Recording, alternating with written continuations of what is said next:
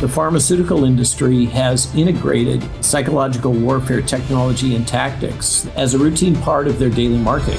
What has Bobby been able to get done? What's slowing him down? They're coming at him fast and furious. He's surrounded by staff that may put on the smile to your face, but then turn around and stick the knife in your back as soon as they get an opportunity.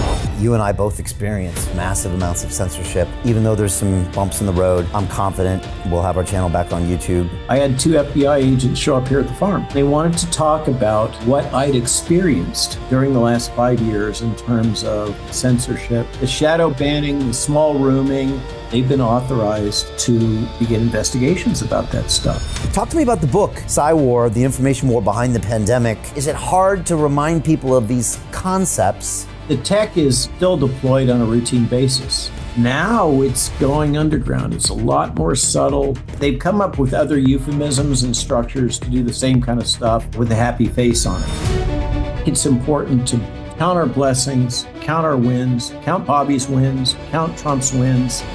Yeah, I took a lot of hits. I'm a better person for it. I'm prospering by adopting new strategies. And strangely, I seem to be being politically rehabilitated. Who would have thought that? And it's okay.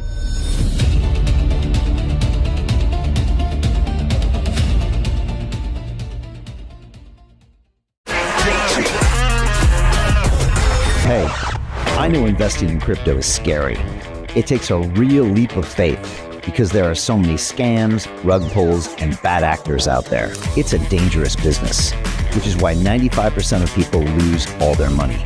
Well, that's why I created the London Real Investment Club, so you can access the hottest deals on the planet and use the crypto bull market to create the generational wealth that you deserve. Join my team of over 100 people from around the world that are making millions of dollars behind the scenes investing in blockchain, AI, Web3 games, DeFi, Bitcoin, and more. Don't miss out. Click the link below to book a call with one of my team now. But hurry, this bull market will end soon. I know investing in crypto can be scary. That's why you gotta join the investment club. Pull the trigger. Let's do this.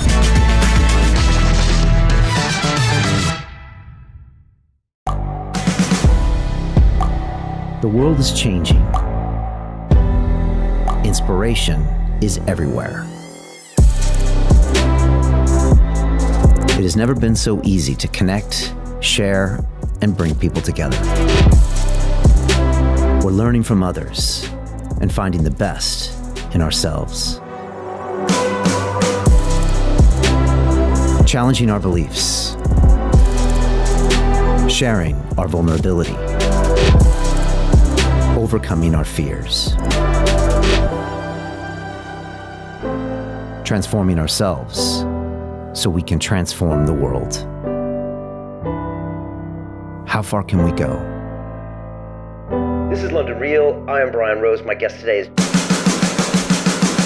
Hi, it's Brian Rose from London Real. You probably know that we've just recently been re-platformed on YouTube after 25 months completely in the dark.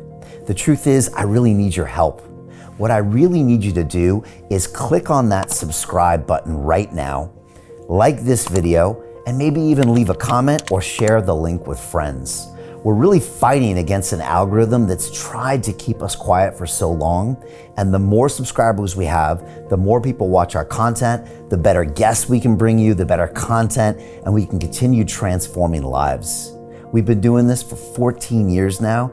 I want to do this for another 14 years, but I really need your help. So click on that subscribe button, like the video, leave a comment, share this, and we're going to continue to bring you more and more great content. Thank you. This is London Real. I am Brian Rose. My guest today is Dr. Robert Malone, the physician, biochemist, and inventor of mRNA vaccine technology, known worldwide for challenging the narratives that shaped the pandemic and for calling out the institutions that failed to protect us. You are the author of War, a powerful new book exposing the psychological manipulation used during COVID-19, and a fierce advocate for restoring scientific integrity, health sovereignty, and government accountability. Your recent investigations reveal how global health policies are being shaped behind closed doors, from WHO power grabs to censorship regimes to post-vaccine safety signals. that have been ignored or buried.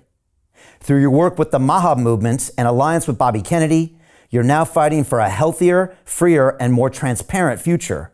One where the people reclaim control from profit-driven bureaucracies and corrupt public health authorities. Robert, welcome back to London Real. Thanks, Brian. I wish I could say it as well as you do, but I'm grateful for it in any case. Well, it's certainly been an interesting 5 years now. Oh my gosh, that's to say the least. Well, look, you've been on this show many, many times, twice here in London with your wife, Jill, where she's busy with the Substack while you're in here with me. Your Substack's amazing, by the way. And so just thank you for those contributions. And then recently, I was extremely excited to read that you have been appointed as part of this new vaccine advisory panel by Bobby, alongside one of our other former guests, Martin Kulldorff, who we had in the middle of all the madness when he published the Great Barrington Declaration. Of course, I texted you and you said, yep, Brian, now when the knives are coming out. And so I'm curious, tell us about this announcement and tell me what was it like with the backlash from the media, because I saw the usual Telegraphs and BBCs here all coming. And has that now passed, and now are you able to move on? Or what has been the reaction to this announcement? And tell us about the announcement itself. So just to set the scene, Brian, there had been talk with Bobby and others back and forth for about 3 months for how I might serve in the government. And I really did not want to take an administrative position. The idea of spending 4 years having to rent or buy a condo up in Rockville, time away from wife and farm, and frankly, spending 4 years being stabbed in the back on a daily basis by the DC in crowd was not my idea of a good time. So I was looking for some way I could serve the administration, and particularly Bobby, but also President Trump. And this two opportunities came up. One was to be what's called a special government employee, or SGE, which is what Elon Musk was, reporting to Bobby and providing advice across NIH, CDC, and FDA. And so that vetting process started and went on for 3 months. It was really kind of amazing, the amount of discussion and vetting and analysis and forms to be filled in and blah, blah, blah. And about 2/3 of the way through that, then the opportunity of possibly serving on the Advisory Committee on Immunization Practices for CDC came up. Now, that's kind of inside baseball, or you might call it inside football in the UK.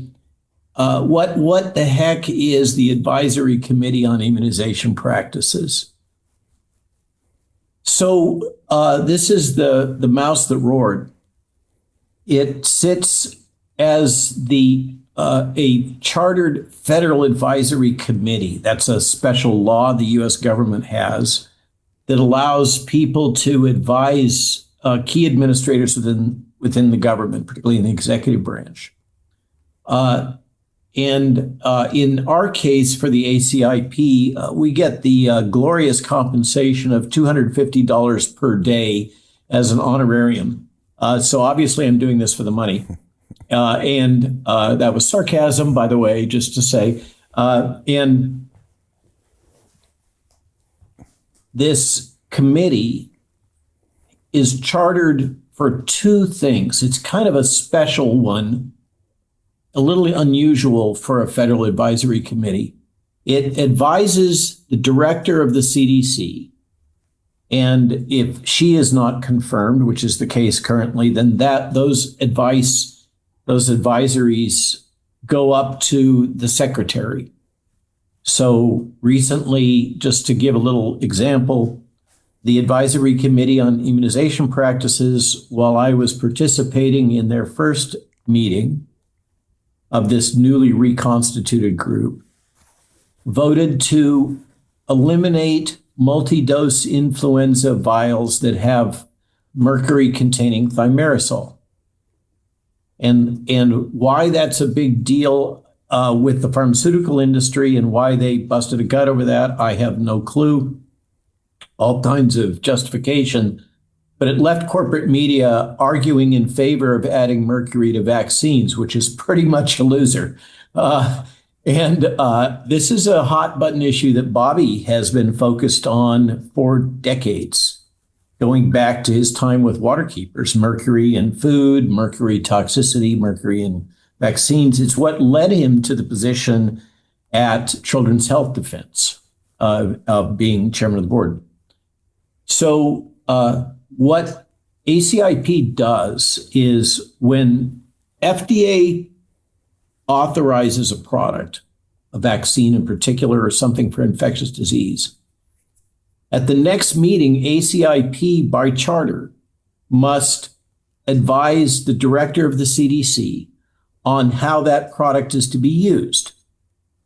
In other words, are we going to recommend it for all children? Are we going to recommend it for joint decision making so that physicians and parents and their children have to discuss whether or not to use it? Are we not going to recommend it at all? Just because the FDA authorized it for marketing, the ACIP might say, no, I really don't think the data are solid enough.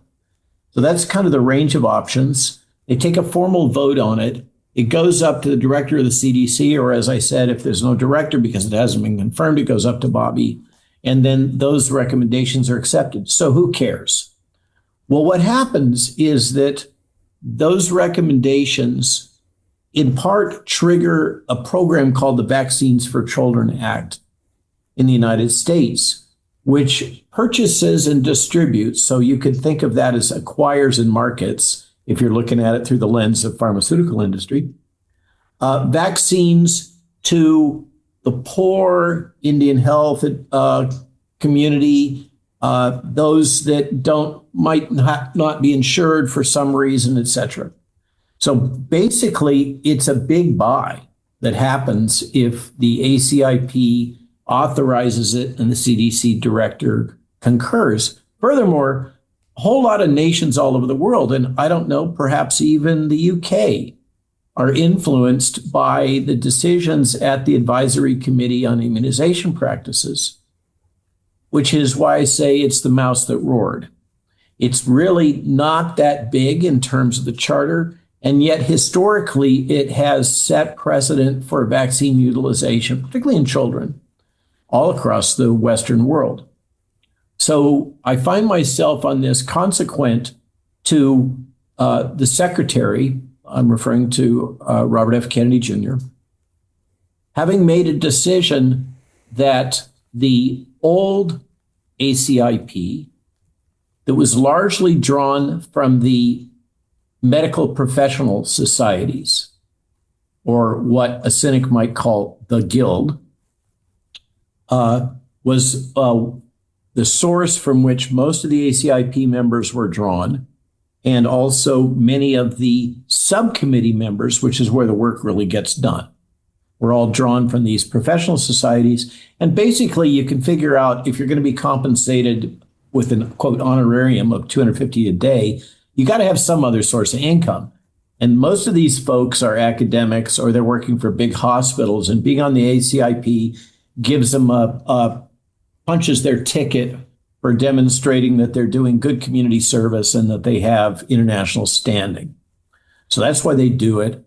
But what the secretary noted was that this has over time become, I'll call it, infested with chronic conflicts of interest, financial, organizational, funding, just a whole layers and layers of different ways that both these professional societies, which have their own interests, like pediatricians, like to give vaccines because it is a major profit center for them in the United States, unlike the UK system. Okay, so, and then pharma gets its nickel, et cetera, et cetera. So there's a whole food chain here having to do with cash flow. And I won't use the term corruption, but let's say clear and persistent conflicts of interest of a variety of different types. And so the secretary basically decided, I've had enough of this. This has been going on for years. There's so much evidence of it going on in this present board, which, by the way, got packed at the last minute by Biden administration. So they put a bunch of new members on as they were heading out the door. And the secretary, in an unprecedented move, just retired all of them. And then appointed 8 poor souls to stand in the breach, of which I was one, and get attacked by corporate media, academics, and the pharmaceutical industry surrogates as uninformed, anti-vaxxer people with no background. Like, for instance, say, Martin Koldorf, who is the chair. I'm serve as the co-chair, according to Bobby. But Martin arguably is the top epidemiologist, we could say, in the world, former full professor of epidemiology at Harvard and author of the Great Barrington Declaration, together with others, as you noted. Also, another luminary there is Ratzif Levy. He's totally unqualified, except for the fact that he is a full professor at the Massachusetts Institute of Technology, and his specific focus is on identifying statistically risk and threat signals, particularly in vaccine products. And we have a number of others, pediatricians, there's a psychiatrist, there is a nurse who's been on many of these committees before. So there was 8 appointed. One of them couldn't pass muster. He was very seasoned. I'm sorry he couldn't join. Very seasoned clinical researcher, as I am. So it was kind of like having a compadre on the board. But he's even more successful than me in that he's got a huge stock portfolio. He's been working in industry for years, done quite well, and basically, not to put words in his mouth, but this is paraphrasing what he said to me. There's no way I'm going to work for $250 a day and have to sell all my stock. So that was a non-starter. So we're down to 7. So that's the context of what happened. And yeah, there was just a ton of hate. Hate at Bobby. In particular, there's people on the committee that said, you know why we like to have Malone here? Because the press all attacks Malone and they leave us alone. So I'm like catnip for the likes of the Atlantic Monthly. And they recycled a lot of the same authors that had their round of punching me and hate back 4 years ago. Well, they kind of brought them back for a next round. And it got pretty absurd, the whole narrative. But frankly, Brian, one of the amazing things in all this context, my Wikipedia page still doesn't say anything about being on the ACIP and about the books or the Substack, but it's almost normal. It still says that I am a spreader of misinformation during COVID, and it cites this New York Times hit piece by Davy Alba. It was the last thing she wrote for New York Times. She was the disinformation beat reporter for the New York Times. So they still cite that. But they also, say that I've been married to my high school sweetheart my whole life and a lot more kind of soft and squishy things. And it's a lot less full of hate. So there is some signs that I'm being politically rehabilitated. But absolutely, Bobby and I got a amazing cascade of hate mail, courtesy of both the UK and the US press. But then the committee convened, and we pretty much accepted everything that had been in the queue from the prior committee. The one thing that was new was this getting mercury out of influenza vaccines. And that the truth is, it didn't go through the standard process, so that's a complaint. But we were all well aware of the data, and we voted to that, thimerosal or mercury-containing preservative in multi-dose influenza vials amounts to a total of 3%, ooh, big number, of all the influenza vaccine doses administered in the USA.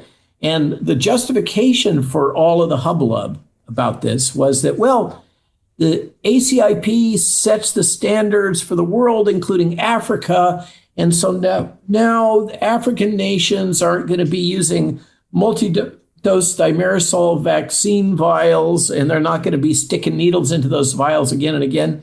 I call that a win. Furthermore, it's not the responsibility of the Advisory Committee on Immunization Practices to set policy for Africa. It's the responsibility of Africans to set policy for Africa, right? That's a fundamental, going back to the touchstone of the Make America Great Again policies, as well as Make America Healthy Again, is to kind of turn down the volume on worrying about America as the... How do you get out of a rat race? How do you create wealth not only for yourself, but also for the generations to come after? I am absolutely amazed with the quality of companies that we're getting exposure to. We go on to Zoom calls with the innovators and the folks who are building new applications in metaverse, blockchain, artificial intelligence, decentralized finance. What's going on, everybody? Thumbs up if you can see me. We are focusing on early stage investment. And the quality of people that we're getting exposure to, whether it be Dan Tapiero with 1RT, Jason Ma from Open, Yatsu from Animoca. It's been a phenomenal experience thus far. It has far exceeded my expectations. We are focusing on cutting edge technologies. I view it now as the best investment I've ever made. The upside, I view, is unlimited. And as a retail investor, I would never get this exposure anywhere else outside of Investment Club. See you in the Investment Club. As the policeman for the world in policy, a sensitive topic there in the UK and throughout the European Union and the West. And I think that President Trump is right on to be basically taking a position that Europe and the UK should be responsible for Europe and the UK. And the United States should mostly be responsible for the United States, still helping our friends. And that extends all the way down to our little tiny Federal Advisory Committee on Immunization Practices. It's not our job to figure out how to fix the problems for vaccine administration in Africa, as far as I'm concerned. Okay. So there's a long-winded answer to your very short question. Well, I thought it was an incredible headline and just really a powerful signal that Bobby was bringing in people like you and Martin. And I like how he is just getting down to business. I wonder if you could tell me how you think Bobby has done in this first 6 months, because fortunately, unfortunately, look, the news narrative coming out of the White House is fast and high paced. And there's so much going on between the trade wars and AI and crypto and Tulsi and Hegseth and Iran that oftentimes I don't hear enough about what Bobby's doing. And combine that with the fact that legacy media is still taking pot shots at him, it's hard to know what's actually happening with Bobby. I see him wheeled up in front of committee every now and then, and I love listening to his answers because I think he's one of the best at committee. But I'm curious if you could tell us maybe, what has Bobby been able to get done so far? What's slowing him down? And maybe just as an objective view. Well, slowing him down is an easy place to start. Okay. The headwinds at HHS and frankly at CDC are enormous. Every single, and it's not just us, it's not just HHS, it's Tulsi Gabbard at DNI, it's CIA, it's everything. It's what Dr. Oz is encountering in the CMS or Medicare Services program. If you followed the news when Elon Musk was still being a special government employee about the budgetary cuts, and in particular, the organization that has been handling a lot of, one American influencer, Mike Benz, put it this way. If it's too dirty for the CIA, they give it to USAID. Yeah. And I think that's a pretty good summary of what that's all about. So they've basically managed to eliminate USAID for the most part, which is enormous against huge headwinds. But all the other agencies, there's been a reduction in force, or RIF, particularly under the DOGE program. And that has been stridently resisted, basically using lawfare. So the perhaps not so loyal opposition, if you're following the latest headlines with Barack Obama and the former Secretary of State, Hillary Clinton, but the opposition has decided that the district court structure in the judiciary is the pathway to try to stymie progress in the executive branch. So this mirrors the lawfare. I don't know if that's a term of art in the UK, but it certainly is in the United States, where you just put out a blizzard of lawsuits to try to stymie the opposition, to drain their energy, to suck up their financial resources, et cetera, that in various kind of even more egregious versions of that were deployed against President Trump between while President Biden was in office, to a degree that I think I still am amazed by. So that strategy is now being used together with the consequences of the existing bureaucracy being heavily biased towards the Democrat and really the left. Woke is the term of art agenda. So those people are, in their backers, are kicking and screaming. They don't want to go out the door. They're doing everything they can. They're reaching to the unions to fight the layoffs, et cetera. And if you think about it, just process it for a moment. The truth is the United States is facing a financial crisis, a fiscal crisis, due to the accumulated debt. And there aren't a whole lot of options other than, the gentle term reduction in force. This is, I think, in the UK and Europe, you like to call it being made redundant. So there are many options other than that approach to try to reduce bureaucratic burden and reduce the burn rate. I mean, you're involved in the financial community. Yeah. If you're a CEO and the company ain't bringing in what it needs to stay afloat, and it's just gradually accumulating debt, that's not a sustainable situation, nor is it a sustainable situation for the United States government. And so Elon did a good faith effort to try to do something about it, but the people at all of these agencies, including the secretary, are surrounded by staff that may put on the smile to your face, but then turn around and stick the knife in your back as soon as they get an opportunity. And that makes it really hard. Bobby's in a position where he's not really sure who he can trust on a daily basis. That's the truth. From what I observe, I haven't asked him if that's the case, but that's what I observe. And he had some staff that seemed to have believed that it was necessary. As you know, a chief of staff is an extremely powerful position in any organization because they control the flow of information to the ultimate decision maker, whether it's the CEO or it's the secretary or it's the president.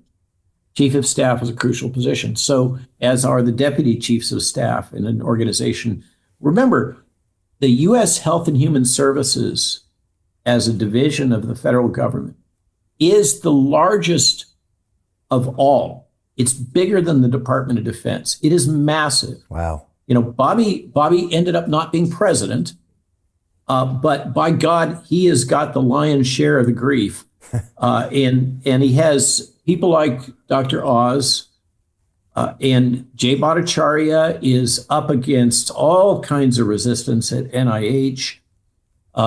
Likewise, the appointed director of the CDC hasn't even been able to get through the Senate confirmation process. It's another place where all this stuff.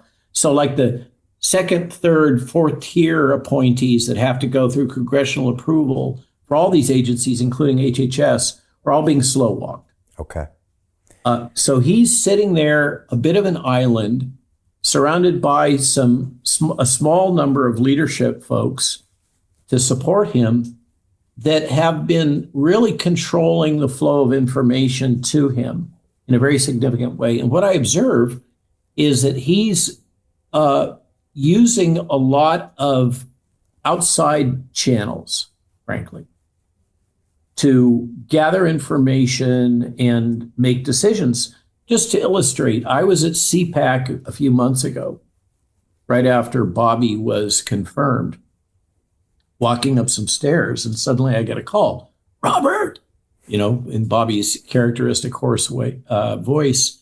And he asked me for advice on the fly as he's about to go into a meeting for proper management of the influenza virus H5N1, the bird flu virus, at a time when there was an egg crisis in the United States, ostensibly because of the mass killing of poultry flocks in egg layer operations. Now, it turns out that wasn't really what's going on. Turns out that there was a scheme being run by some of the egg suppliers to withhold supply in order to put pressure on the administration.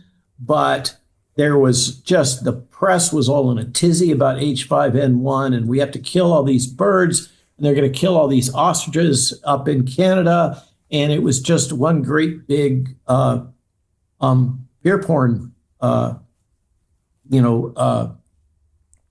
food fight. How to phrase it. So Bobby called me and I said, well, the H5N1 is indigenous in avian flocks, wild birds, migratory waterfowl. There is no way in hell, unless you're going to do a scorched earth, kill all the birds campaign like Mao Tse-tung did with the Great Leap Forward. And that didn't turn out so well. Unless you're going to do that, you're never going to eradicate H5N1. And it doesn't make sense to be massacring all these flocks. If anything, what you need to do is direct the money to breed more influenza-resistant birds. But this mass culling is just not working. So he listened to me, went into the meeting. I don't know what happened behind the scenes, how the gears turned, but basically that became the policy. And, oh, by the way, Brian, the other day I was in a subcommittee meeting with the CDC folks in the influenza branch, because I'm chair of the influenza subcommittee now. And I put the question to him, well, what about H5N1? Well, we did some great work, but yes, you're right. It all kind of just went away. So that's kind of how he's channeling. He's going to outside folks informally. Technically, that's not allowed. But so the resolution was that I ended up, I didn't know that I was going to be on the ACIP until Bobby announced it publicly. And then I started getting all these congratulations over X. So then I knew. And then I had to drop the special government employee thing, because you can't be a govy and be on the ACIP. They have all these rules. Byzantine. So that's kind of how it's going. Is Bobby is in the middle of a thicket of challenges. They're coming at him fast and furious. He is he is still, if you watch, the guy whose boat I was just on in the Med is a very close friend of Bobby's. Bobby was actually on that boat right before I was. That's where he took his vacation.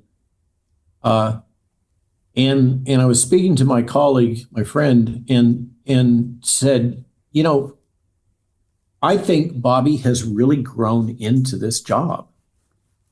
I didn't think, I would not endorse him for president. I endorsed Donald Trump. I remember. I thought that he didn't have the leadership experience chops to run the largest branch of the federal government. I mean, who would? He is a lawyer. He has been fighting against big pharma, big ag, big chemical, the Monsanto case, pretty much ever since he had to do public service in the Hudson River Valley, consequent to being busted for heroin back when he was in school. I mean, that's what got him going with Waterkeepers, and then he's just progressed since then. He has enormous energy for somebody his age, but so does Donald Trump. The two of them are well matched, I think.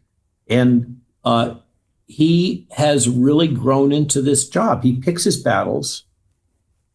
So you ask the question, what has he accomplished? To make sense of that from your side of the pond, one of the first things that the President Trump did is, through an executive order, he impaneled the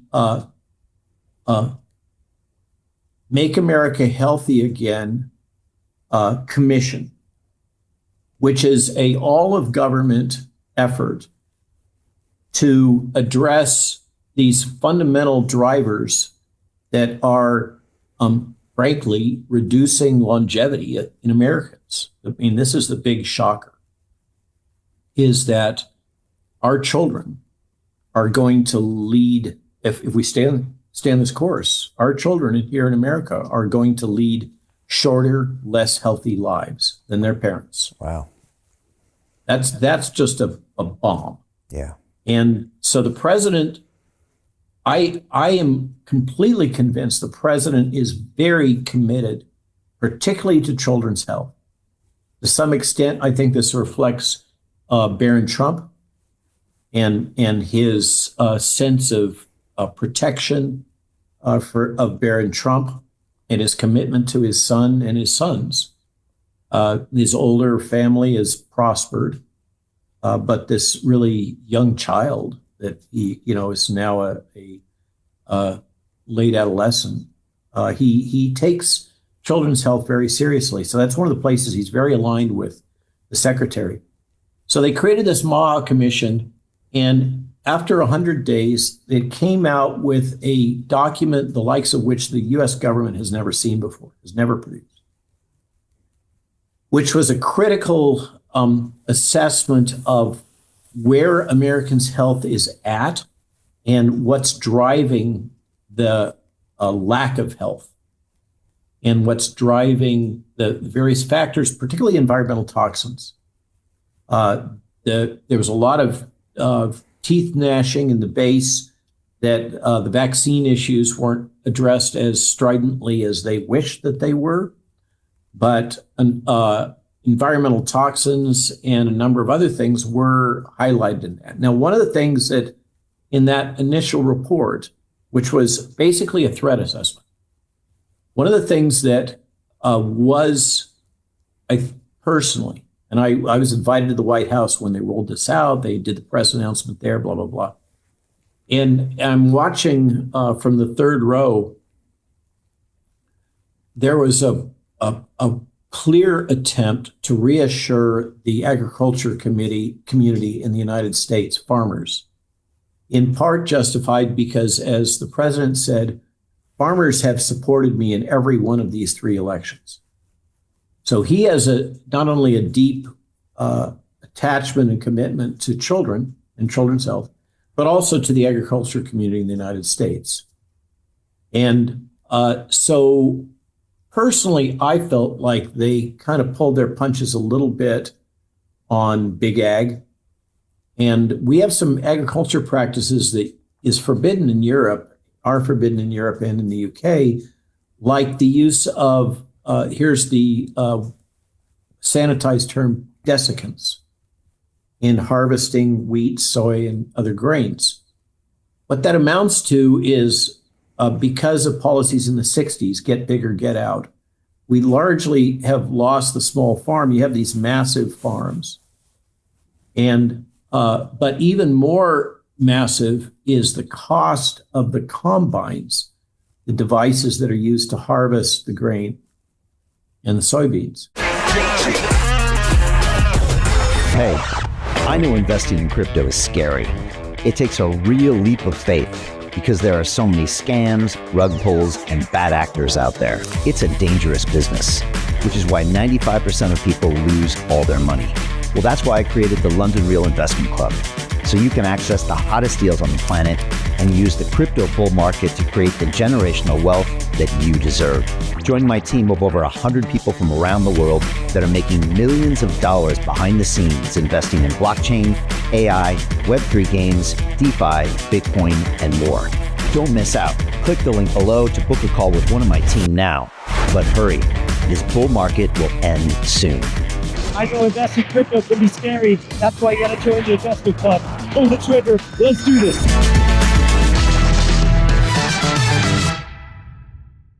And the way the industry works is you basically have investors backing, you could think of it like a real estate investment trust, organizations that buy these very large, highly expensive bits of machinery that then schedule their harvest time so that they move from a large farm to large farm to large farm. And so the large farms have to be able to predictably dry their grain prior to the harvesters coming through because they've scheduled them. How do you do that? Well, you spray basically a pesticide on all your wheat or all your soybeans or all of your barley. And then it dies, it dries, and these big harvesters come through. The consequence is that the vast majority of Americans and Canadians, by the way, have significant levels of glyphosate in their urine. Glyphosate is Roundup. It's produced by the Bayer Corporation that bought Monsanto. And so there is this tension, just illustrated, in the Make America Healthy Again movement. Because it's a all of government response that, for instance, the Secretary of Agriculture really doesn't want to see glyphosate banned, right? Or atrazine or other things that are important for the margins and the productivity, because we still believe that we need to feed the world for some. We're totally blind to the fact that by pushing high carb food precursors into island nations, the poor, Africa, et cetera, what we succeed in doing is destroying indigenous agriculture, right? And substituting these low food value crap products that are, high in polysaccharides, starch. But the government is still wedded to that, and the belief that in order to maintain profit, yield, et cetera, we have to have these things. So that's just one example of kind of the tensions within the Maha Commission that exist. And but regardless, that report came out, and it was the strongest statement, I think, from any government ever about toxins and the things that are impacting on public health. Now, people, the complaint is, yeah, okay, fine. So now what? Well, the structure is that right now, people like Callie Means, who's another special government employee, had a lot of hate thrown at him, and his sister, Casey, who's appointed as Surgeon General, but yet to be confirmed. So these people are now in this next 100-day span writing the action plan. So that's the next thing you're going to see drop is the first one was the threat assessment. Now you're going to see the action plan, and then you're going to see deployment of that action plan.